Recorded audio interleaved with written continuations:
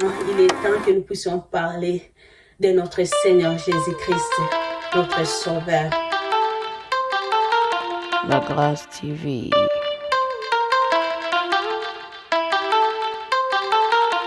Et touché. Est-ce que tu comprends? Donc ils témoignent de Jésus parce qu'ils ont vu Jésus, ils ont mangé avec Jésus. Donc ils avaient des témoignages qui étaient palpables. Est-ce que tu comprends? Donc c'est pour cela que les témoignages, tu ne peux pas témoigner quelque chose que toi tu n'as pas. Je travaillais très bien, je travaillais quelque part très bien et je gagnais beaucoup. Mais je n'arrivais pas à faire quelque chose avec ça. C'est très important, bien-aimé. Vous avez compris, Papa Christian nous a dit aujourd'hui qu'il avait l'argent, il avait tout. Mais il ne marchait pas. Après 20 ans, il a créé des embuscades. Il a mis la confusion dans l'état de Philistins. Et voilà, et même les Philistins ont dit non, non, non. Si on reste avec la confusion d'Israël ici dans notre camp, wanataki mende komba musisi koluka libala komba banaoka loba mingi te naloba kaka kosa libala mama grâce naloba yango na via soki nzambe mpenza asalinga grâce ndenge nasambela koluka visa baprie na bagene nasambela ndenge ya koluka visa États-Unis ya kozwa mikanda na ya kozwa libala. Bonjour ou bonsoir, ça dépend de l'heure que nous sommes. Nous sommes là à la Grâce TV. Ça fait un bon moment qu'on ne se voit pas, mais on est toujours là. Aujourd'hui, on est encore là pour notre émission Ma vie chrétienne. Ma vie chrétienne aujourd'hui, ça va se passer à Boston chez Papa Christian. Papa Christian, vous allez le découvrir bientôt. Bonsoir, Papa Christian. Bonsoir, Grâce. Bienvenue à Boston. Merci beaucoup, Papa. Et plusieurs personnes ont l'habitude de lui appeler pasteur parce que c'est un pasteur. Et durant notre émission, vous allez découvrir pourquoi est-ce que je ne l'appelle pas vraiment Papa. Je ne suis pas habituée à lui appeler Papa. Ok, Papa Christian, comme nous sommes à la Grâce TV, avant de commencer notre émission d'aujourd'hui, nous allons vous demander de prier. Amen. Avant de commencer, que le Saint-Esprit nous dirige, nous guide dans tout ce que nous allons faire en ces lieux. Amen. Prions ensemble. Éternel, merci pour ce moment, Seigneur. C'est toi qui permets que ce moment puisse avoir lieu. C'est toi, Père, qui a permis que Maman Grâce puisse arriver ici à Boston et que nous puissions partager, Seigneur, ensemble et avec tous les auditeurs et auditrices, Seigneur, de son programme. Laisse que ta présence, éternelle, mon Dieu, mon roi, la présence du Saint-Esprit règne ici. Et Père, que le sang de Jésus nous couvre et couvre chaque personne qui est à l'écoute de cette émission. Que ton nom soit loué, que ton nom soit glorifié. Au nom de Jésus-Christ. Amen. Amen. Amen. Nous sommes vraiment bénis par votre prière. Amen. Amen. Amen. Papa Christian, je pense que les abonnés de la Grâce TV ne vous connaissent pas vraiment. Nous allons demander de vous présenter parce que nous voulons savoir qui est Papa Christian, qu'est-ce que vous faites dans la vie, et votre état civil. Présentez-vous, s'il vous plaît. D'accord. Donc, je m'appelle Christian Kikanga Kikuni. Voilà, je suis pasteur donc depuis environ 10 ans. Ça va faire 10 ans l'année prochaine. Moi, je ne savais pas. Oui, donc, vous êtes ancien pasteur. Je ne savais pas vraiment. Ça va, oui. Donc, l'année prochaine, je vais fêter, par la grâce de Dieu, les 10 années de... Ça, vraiment, ça s'est fait. Nous devons le fêter. Amen, amen, absolument. Et donc, je suis père de famille. Je suis marié avec ta sœur Bijou.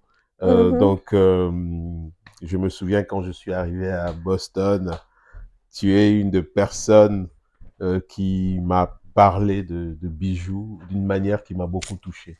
Amen. Je n'oublierai jamais ça. Amen. Donc, voilà, je suis marié avec elle. Nous formons une famille. Maintenant, nous avons nos 2 filles que Neema et Zawadi. Neema Zawadi, ça veut dire quoi en français? Parce que tous les abonnés de la Grâce TV n'écoutent pas le Swahili. Si vous pouvez nous expliquer Neema et Zawadi, ça veut dire quoi? Donc, Neema, c'est la grâce, Ouais, comme vous. Comme moi. Voilà, la grâce aussi. TV. Et Zawadi, c'est le don de Dieu. Don de Dieu. Voilà, c'est voilà, le plus que Dieu nous a donné après nous avoir donné sa grâce. Ça, c'est une bénédiction, vraiment. Voilà, c'est une bénédiction. Papa Christian, nous voulons un peu savoir quand est-ce que vous avez reçu Jésus et comment est-ce que ça s'est passé? Oui, donc j'ai reçu Jésus très tôt, en étant un enfant. Hein. Donc ça s'est fait, je dirais, à plusieurs moments. Oui, c'est, vous savez, nous grandissons dans une famille chrétienne. Nous allons à l'église, nous nous appelons chrétiens. Mais nous passons tous certaines étapes. Voilà, donc j'ai vraiment fait un passage plus en profondeur, où je dirais, où j'ai vraiment fait la vraie rencontre, parce que j'étais chrétien avant. Hein, je dirais pas que je n'étais pas chrétien, je n'étais pas athée, je connaissais Jésus-Christ, mais la véritable rencontre, hein, le basculement complet, ça s'est fait, je dirais, beaucoup plus tard. Donc, il y a à peu près 15 ans. Il y a à peu près 15 ans. Et comment est-ce que ça s'est passé, cet changement-là profond qui vous a amené jusqu'à être pasteur? C'est ce que nous voulons vraiment savoir ici. Voilà, donc ça, c'est l'appel, hein, l'appel du Seigneur. Et donc, j'ai vivé une vie un peu loin de la vie chrétienne. Avant ça, en connaissant Jésus. En connaissant Jésus, pourtant. Voilà, j'étais un peu dans une vie un peu trop personnelle, un peu, je dirais, égoïste, hein, où je cherchais beaucoup plus ce qui me satisfait plutôt que ce qui satisfait les autres. J'étais beaucoup dans ma carrière professionnelle. J'étais dans des relations pas bien. J'étais quelqu'un qui faisait beaucoup la fête. Donc, ça vous avez fait. Et dans les relations, quelles sont les relations? Donc, vous avez des copines? Oui, j'avais des copines, donc à l'époque, oui, et sans être marié, donc c'était une vie dissolue, loin de la parole de Dieu. Alors, j'avais ma mère qui priait pour moi.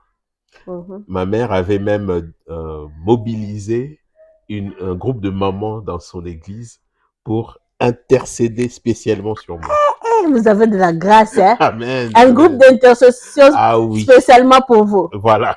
Waouh! Ça, c'était une grâce vraiment. Ça, c'était une grâce vraiment d'avoir une mère qui prie. Oui, oui. Et c'est pour les auditeurs, je dirais aussi, vous avez certainement aussi autour de vous quelqu'un qui est comme ça. Quelqu'un que vous connaissez qui peut-être n'a pas la vie spirituelle que vous pensez qu'il devait connaître. Alors, prenez ça au sérieux et intercédez pour cette personne. Ça peut être quelqu'un de votre famille ou ça peut être quelqu'un dans votre travail simplement, quelqu'un dans votre entourage. Prenez ça à cœur et intercédez. Ne regardez pas la situation présente. La situation va évoluer par la grâce de Dieu. Amen. Amen. Et maintenant, comment est-ce que ça s'est passé quand vous avez vraiment pris cette décision-là de commencer maintenant à servir le Seigneur? Donc, ça s'est passé, alors, ma tante, la petite sœur de ma mère, connaissait une prophétesse, donc une maman qui avait connu une vie spirituelle très très forte et que Dieu utilisait abondamment pour prier sur des malades, et les malades étaient guéris, pour vraiment avec un ministère de puissance très fort. Et donc, ma tante qui la connaissait l'avait invitée chez elle et elle savait que je revenais d'un voyage d'affaires des États-Unis, donc m'avait invité chez elle. Et les deux mamans ont prié sur moi. Ce Ils m'ont jour-là. mis, oui, à genoux. Ils ont prié sur Et moi. vous avez même accepté de se mettre à genoux qu'on puisse prier pour vous. Voilà, Wow. j'ai accepté et j'ai vu comme un feu qui descendait, voilà, qui venait sur moi et donc alors je me suis rendu. Donc, ça, c'était le feu du Saint-Esprit. On ne résiste pas. On ne résiste pas avec une expérience comme cela. Et donc, j'ai donné ce jour-là. Il n'y avait plus de marche arrière. Pour moi, c'était sûr que j'allais servir le Seigneur. Et vous avez commencé maintenant à aller à l'église tous les dimanches? Oui, oui, et pas seulement aller à l'église, c'est connaître, être assoiffé. Assoiffé vraiment de chasser Jésus, de le connaître profondément. Wow, ça c'est merveilleux. Oui. Wow. Donc, c'est la soif de connaître Jésus qui vient à ce moment-là où on fait la rencontre de Dieu. Alors ça, c'est la soif qu'il faut faire perdurer.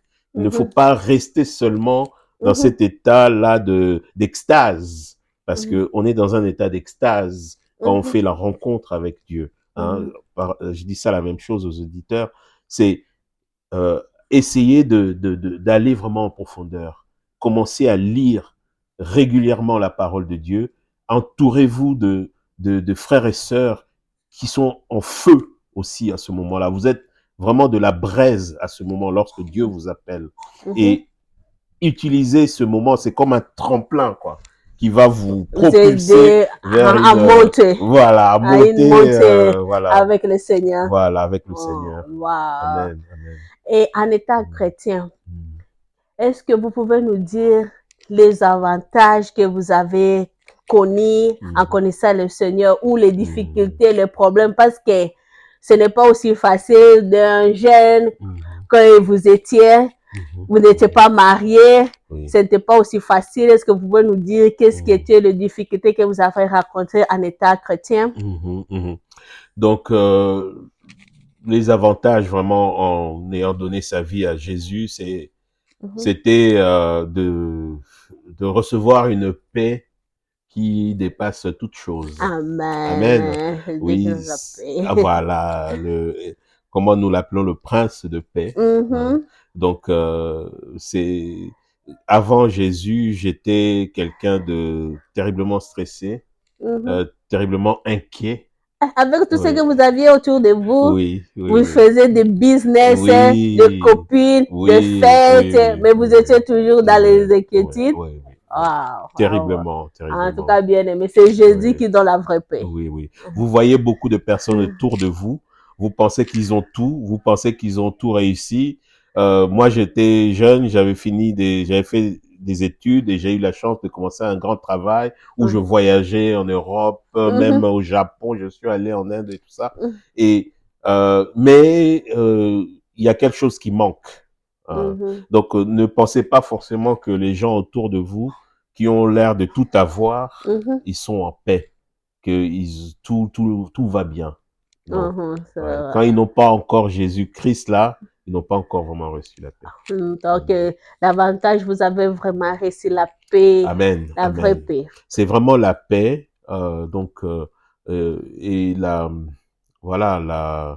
une nouvelle famille en fait, où on peut partager la parole de Dieu, où on peut grandir et voir les choses non pas pour ce qu'elles paraissent, mais pour ce qu'elles sont réellement.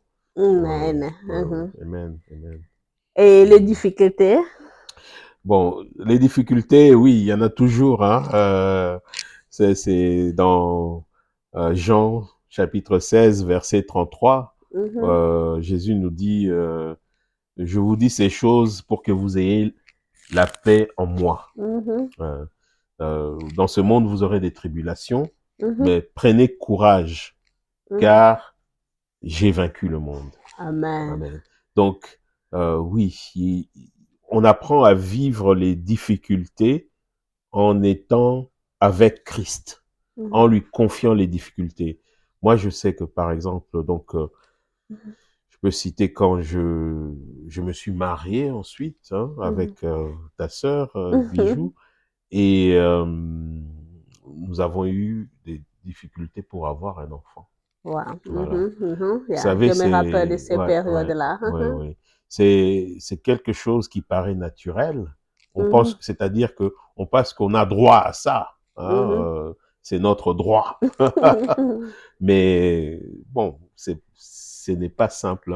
Hein. Et quand vous regardez même la Bible, il y a des grands hommes de Dieu qui ont eu ce problème-là. Abraham a eu ce problème-là, le père de la foi. Isaac, son fils, a eu ce problème. Donc, Anne a eu ce problème. Donc, on peut vous citer comme ça. Il y a pas mal d'exemples. Donc, nous aussi, nous nous sommes trouvés devant ce problème. Et voilà, donc c'est avec la foi, la persévérance, la prière, je dirais, surtout la vie de prière, en s'accrochant à Dieu, Dieu a fait grâce. Voilà, Dieu a fait grâce. Et l'amour de la famille, l'amour de couple, l'unité, ça nous a permis de dépasser ça. Mais c'est vraiment plus simple lorsque on vit cette difficulté avec la foi que Dieu peut tout faire. Oh, papa, Christian venait de parler de quelque chose de très important qui est l'unité. Parce que s'il y a d'autres couples, quand ce problème-là arrive, vous commencez à vous jeter des ballons. Le mari qui dit que c'est votre faute, qui dit à la femme c'est ta faute, et peut-être ça dans ta famille, tu as des combats, il y a ceci et cela, ou c'est la femme aussi qui commence à dire au mari, oh, peut-être c'est toi, il faut faire ça.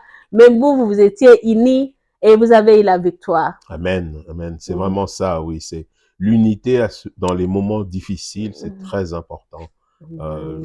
L'unité dans la famille. La famille est une unité qui est combattue. Et le diable sait ce qu'il combat. Quand je vous dis les noms des gens dans la Bible à qui ce problème est arrivé, vous savez que c'était l'œuvre de Dieu qui était combattue. Et aussi, Dieu lui-même choisit la manière dont il veut se glorifier. Donc, lorsqu'une difficulté vous arrive, comme par exemple cette difficulté dans la famille, ne commencez pas à montrer du doigt, à dire que ça doit être peut-être la faute des nocos, des oncles, des tantes ou des gens du village. Ou des... Non. Confiez-vous seulement à Dieu et restez surtout unis. Restez unis. Ça fait partie de votre évolution, de votre amour, de votre vie commune. Ça fait partie des histoires, des témoignages que vous allez raconter, qui vont vous édifier. Ça fait partie, je dirais, de votre croix à porter. C'est ce que la difficulté du monde qui vous apporte, c'est la croix à porter, et portez-la ensemble. Amen. Ah, merci beaucoup, vraiment. En tout cas, moi, je suis bénie. Je ne sais pas si vous aussi, vous êtes bénis vraiment par ces témoignages, parce que en tout cas, ça, c'est le problème qui arrive à beaucoup de couples, le problème d'avoir un enfant, surtout pour une femme. Quand une femme se marie et on n'arrive pas à avoir des enfants, vraiment, ça l'inquiète. Et quand aussi vous commencez à la mortifier, en tout cas, ça fait du mal. Mais je bénis le Seigneur parce que vous étiez vraiment unis et vous avez être vraiment un soutien pour votre épouse.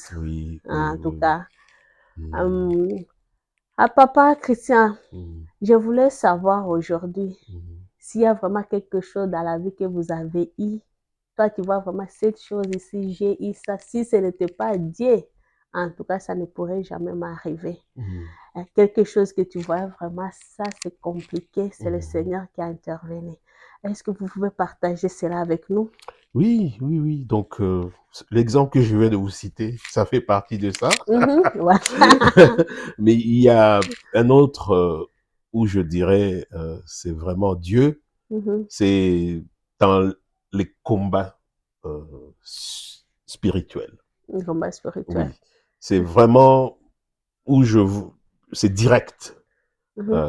Bon, c'est bien sûr, c'est difficile à, à présenter, hein, mais lorsque vous êtes un homme de Dieu, vous êtes combattu.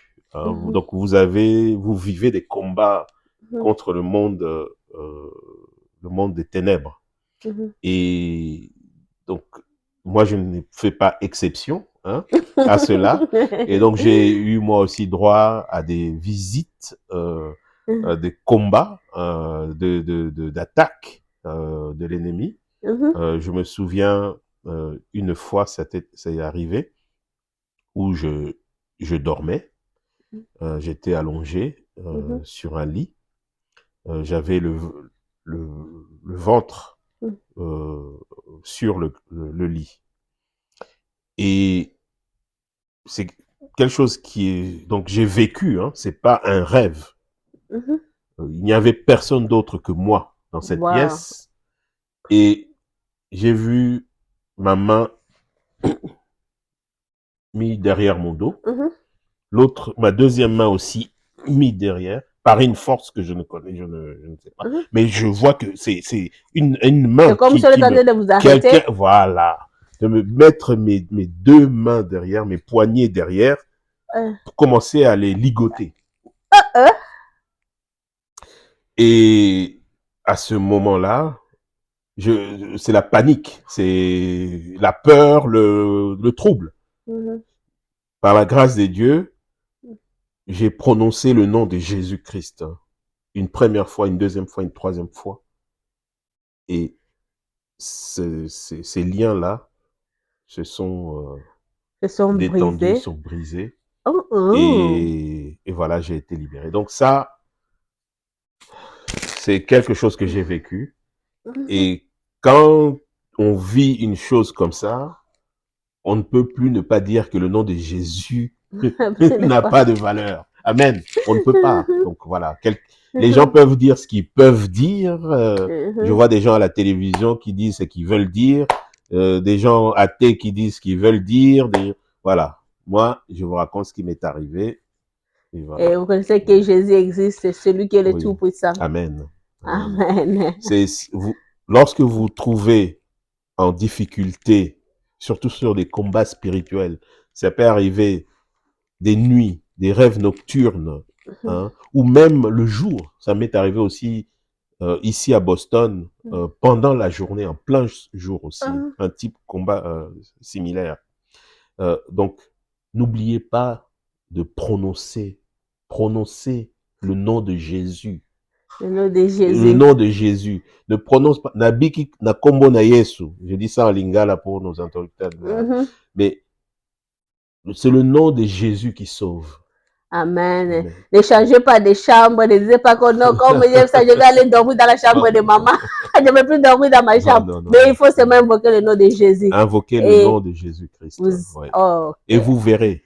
Vous verrez. La même chose qui m'est arrivée va vous arriver. Amen. Amen. Vous n'avez pas une autre chose à partager avec nous? Parce qu'on a vraiment envie de vous écouter.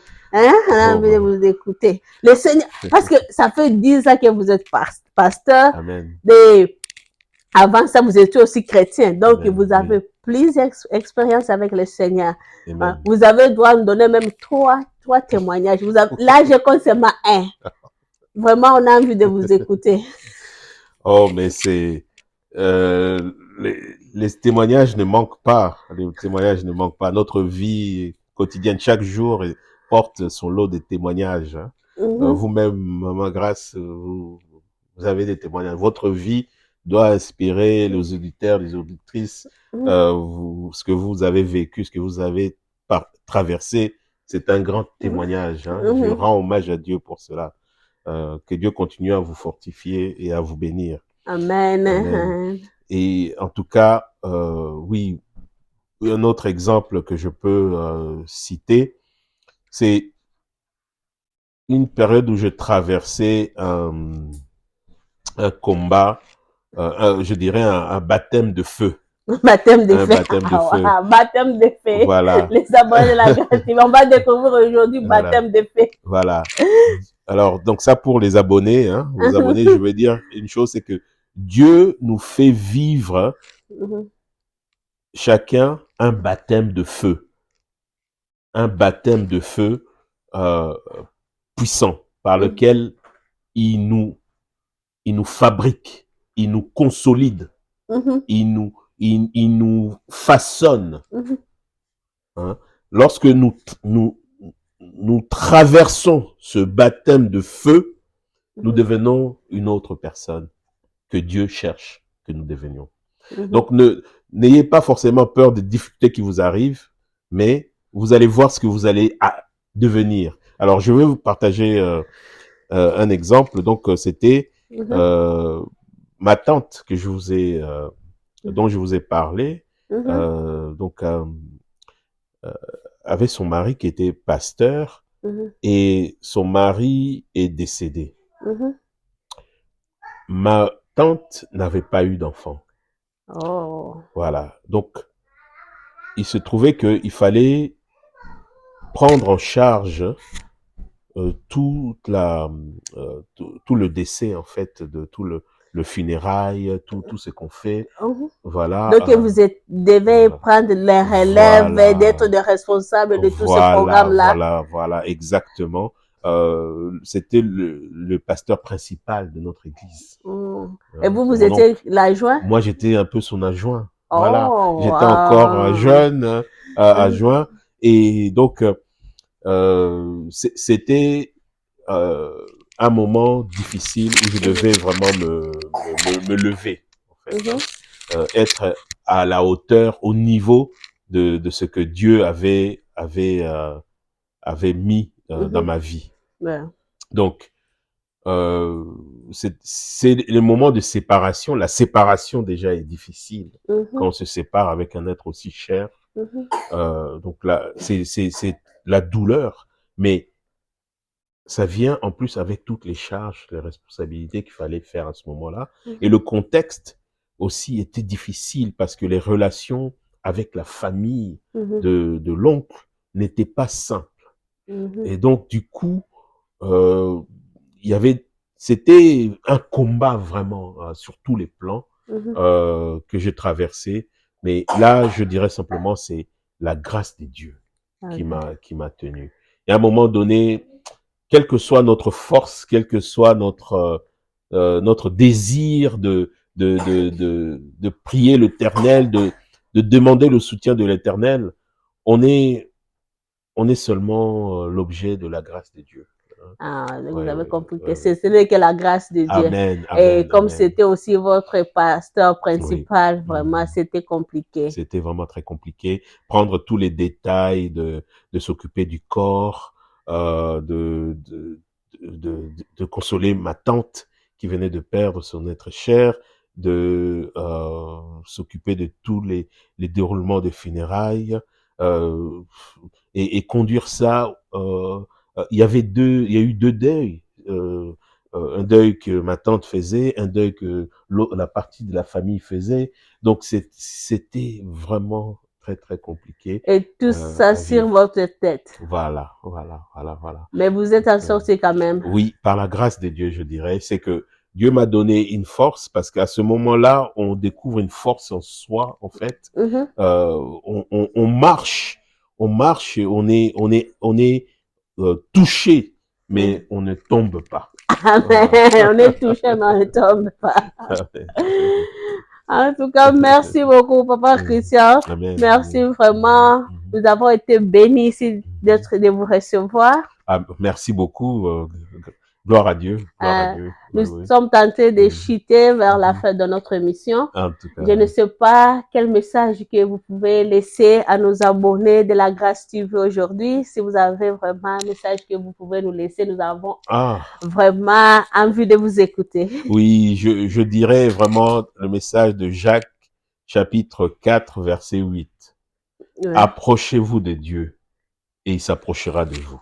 Amen, amen. Approchez-vous de Dieu et il s'approchera de vous. Amen. Je vois, vous avez votre Bible là. Comme vous êtes pasteur, on va vous donner vraiment cet avantage de nous lire la Bible comme vous êtes pasteur. Alors, ça, j'ai ma Bible en anglais là. Oh, et je vais lire celle en français. Je vais lire en français. Amen. Alors, donc le livre de Jacques. Le message qu'il veut de dire, vous Oui, voulez oui, ça va. Ok. Ça va. Ok, donc- Comme ça, on saura que ça vient de la Bible et ça ne se cite pas seulement comme ça. Ah, absolument. Non, non. Alors, le livre de Jacques, nous allons lire ça. C'est un message d'encouragement Amen. Mhm. pour encourager tous vos auditeurs, tous les abonnés de Grâce TV. Donc, voici, il est écrit dans le livre de Jacques. Donc, Jacques était le frère de Jésus-Christ. Hein.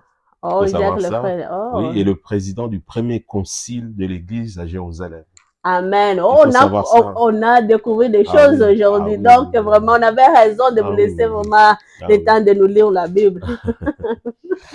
Donc, dans Jacques, chapitre 4, verset 8, il est écrit « Approchez-vous de Dieu et il s'approchera de vous. Mhm. Nettoyez vos mains, pécheurs, purifiez vos cœurs, hommes irrésolus. » Donc, nous devons nous purifier. Nous devons chaque fois demander la grâce de Dieu. Nous ne pouvons pas nous-mêmes nous rendre propres devant Dieu. Nous ne pouvons pas nous-mêmes enlever notre culpabilité, notre peine, notre souffrance, nous rendre saints. C'est Jésus, c'est en Jésus-Christ que nous devenons purs, que nous devenons résolus. Donc, faites un pas vers le Seigneur et il en fera beaucoup vers vous. Si Jésus-Christ a pu lui-même devenir fils de Dieu, devenir l'héritier du royaume, c'est parce que il s'est approché de son Père. C'est parce que entre lui et le Père, il n'y avait pas de distance. Amen. Amen. En tout cas, moi, je suis bénie. Et je ne sais pas vraiment chez vous comment ça se passe. Mais moi, je suis bénie aujourd'hui. Et je suis bénie aujourd'hui. Je voulais signaler à nos abonnés de la Grâce TV que on va ouvrir une autre émission qui va s'appeler Vie réelle de serviteurs ou de servantes de Dieu, parce que il y a des servantes de Dieu. Amen. Et si ça ne dérange pas, c'est votre téléphone, vous pouvez prendre soin de ça. Ok, Oh, ça c'est va. bon, c'est bon, oui, C'est rien. bon. On va commencer notre émission et comme vie réelle des serviteurs, des servantes de Dieu. Amen. Je disais. Mhm. Parce que le serviteur de Dieu, les pasteurs, les prophètes, les professeurs, les bishops, les archbishops sont les humains comme nous. Amen. Alors la Grâce TV va commencer à circuler dans les maisons de serviteurs de Dieu pour voir leur vie réelle. Amen. Parce que comme je vous disais dès le début que moi je ne l'appelle pas vraiment pasteur. Pourquoi? Parce que c'est le mari de ma sœur.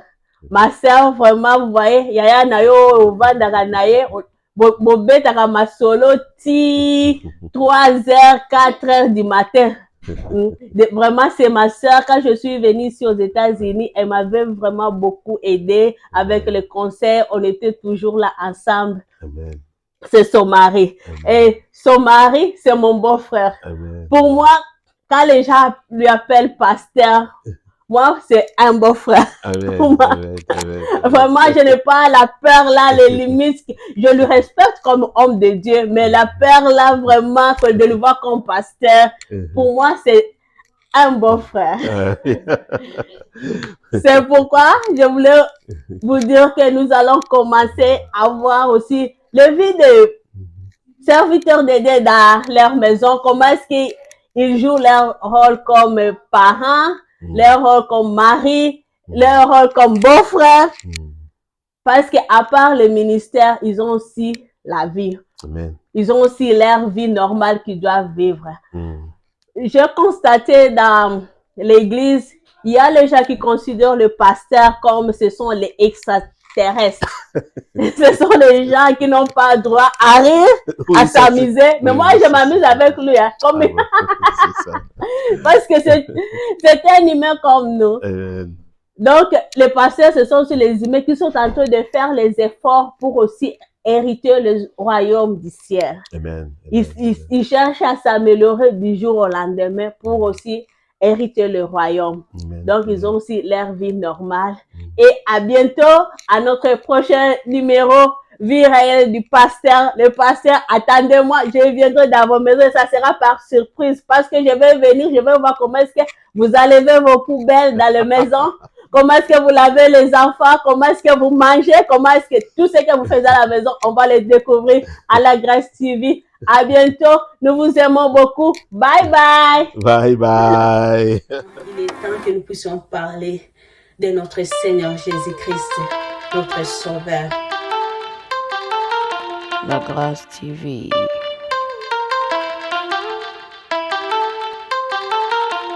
Et touché. Est-ce que tu comprends? Donc ils témoignent de Jésus parce qu'ils ont vu Jésus, ils ont mangé avec Jésus. Donc ils avaient des témoignages qui étaient palpables. Est-ce que tu comprends? Donc c'est pour cela que les témoignages, tu ne peux pas témoigner. Je travaillais très bien, je travaillais quelque part très bien et je gagnais beaucoup. Mais je n'arrivais pas à faire quelque chose avec ça. C'est très important, bien-aimé. Vous avez compris, Papa Christian nous a dit aujourd'hui qu'il avait l'argent, il avait tout.